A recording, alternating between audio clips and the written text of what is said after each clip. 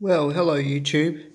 Well, I'm going to show you this project I've been working on for over a year, on and off for over a year, and show you how far it's actually come and to give you sort of an idea of where it was when I first found it.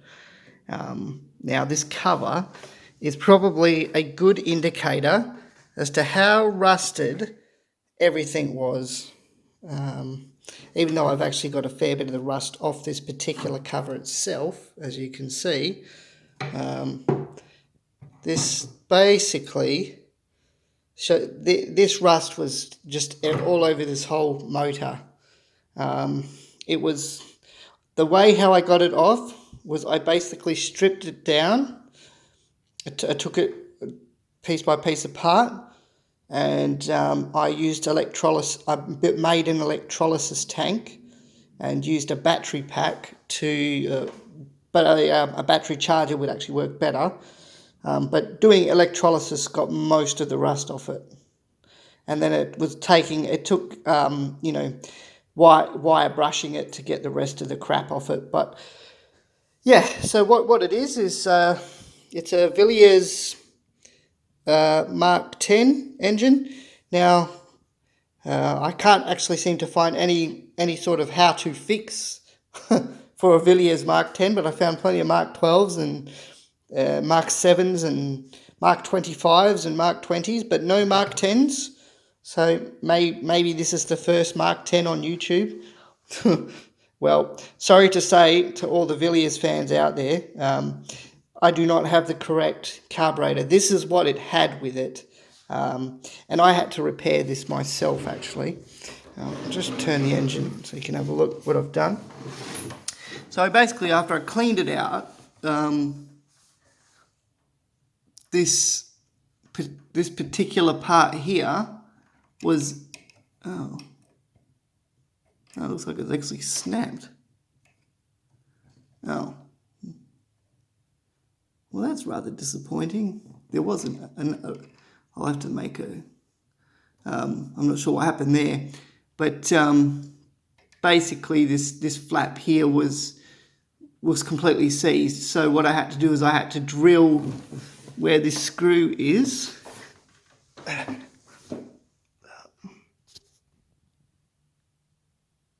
Yep. So I've drilled that out. And then I've taken the original butterfly mechanism and I've basically, I've basically had to rebuild it. So it was a bit annoying that I just found out that the some of the part there is missing, but I can fix that. That's a pretty easy fix for me to do. And it might not be necessary to get it running anyway, so that's really the goal here. The biggest challenge for this particular engine was basically getting this ignition system in here. Now, I've put it all back together because, well, most of it is pretty much the same as any other Villiers, but what I found was after watching a video and I was going to do this fix, so the guy recommended, now I wasn't actually sure because he didn't actually show how to connect this part and where to connect it. He just said, I just put this on there. So I was sitting there scratching my head thinking, how am I going to do this? This is not, I don't know, I know very little about electricity. So I'm sitting there thinking, oh, okay. So all I knew was I could fix it with this part. That's all I knew. But I thought, all right, so what is the part? It's called a Victor Sig 1,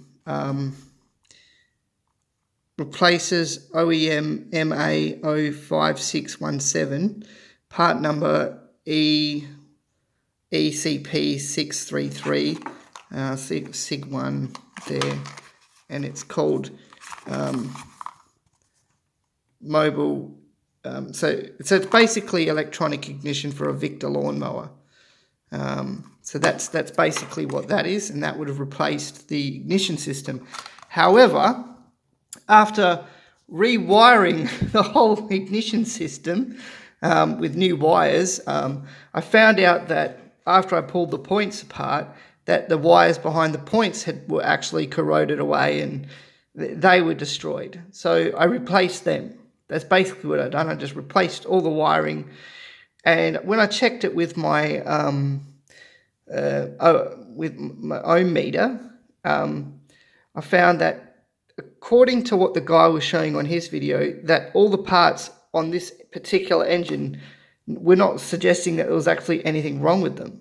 So I rewatched a video on how to time the engine, and I thought, right, well, if I time the engine in right and set the point gap right, then by all means, this engine should be giving a spark. And lo and behold, the biggest issue this engine had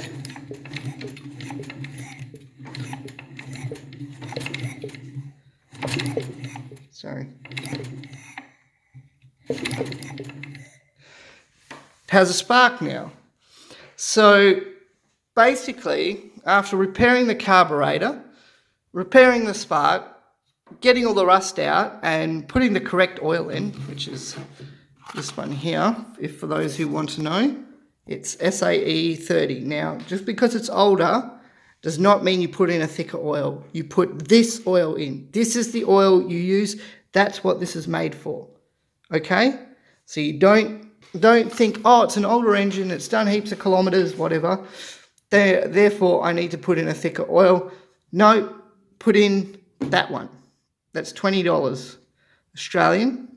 I don't know what it might be cheaper in other countries, but essentially that's what that is. And yes, I do know that this particular part is meant to face down and that it's meant to have a different carburetor. But like I said, this is how I found the engine. It was wrecked. So it's come back a long, long way. Okay, so we've got spark.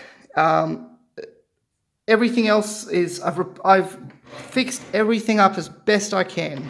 And yeah, so, well, I was a bit surprised to find that carburetor part is damaged, but yeah, I'm not sure what happened there. But what I'll do is I'll get an aluminum can and I'll just cut up a piece and then cold weld it into place. So, because it's only needs to act as a choke valve. That's all that is. It's not necessary to make the carburetor work, but you know, it'd be nice to have all components working the way they're supposed to. Now, this is the governor.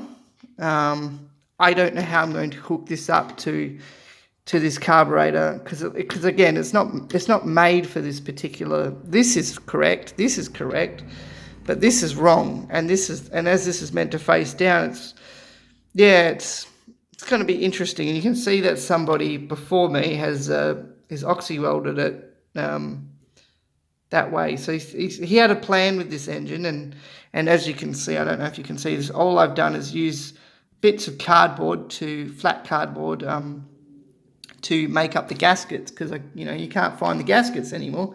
To give you an idea, this engine was made, I'll tell you when.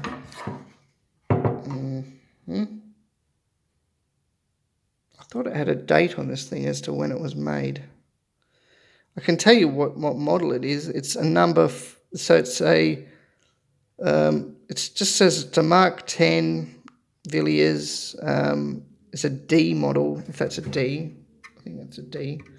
And it's number 522-69225D.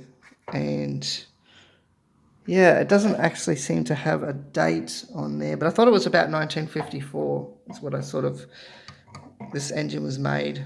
So that's basically where I'm at with the Villiers. I think it's actually come up quite nice. Villiers is an English company, as you can see. Villiers there. I might be saying it wrong, but believe it or not, back then they were using aluminium, and you would think it's mostly made of steel, but this head part's made of steel, that part's made of aluminium. I think it is. It's not as strong as. Oh no, it's not. It's actually steel. That's steel. But anyway, so I guess it is steel or cast iron. So I have no idea if this thing is actually going to fire up, but I'm about as close as I've ever been, and if all the parts are working, then technically speaking, and it does get compression, except the compression I'm told by friends is not much, but according to the readout of this particular engine, it's only a 1.3 horsepower engine, so it's only a third of what your house your standard house lawnmower is. So yeah, the what you also find is all the spark plug is directly over the two valves here. You've got your inlet valve and your exhaust valve, and then the piston sits here. And for whatever reason, they've put the spark plug directly over where the valves are, and I'm not sure the exact reason for that. They must have had their reasons. Now, these particular engines are just designed to just putt along all day. They're not meant to high rev. They're not meant to do... They're just meant to basically just be... They're just a workhorse engine is what they are. They just sit there and turn all day. That's all they're meant to do. So it'll be interesting to see if the old girl's got some legs in her after all this time. Anyway, peace out, ladies and gentlemen. Hope you have a great day. And let me know if you know more about this particular engine and things, and if it's... I'd like to know if how I'm going with it. All right, no worries. Peace out, guys. Bye.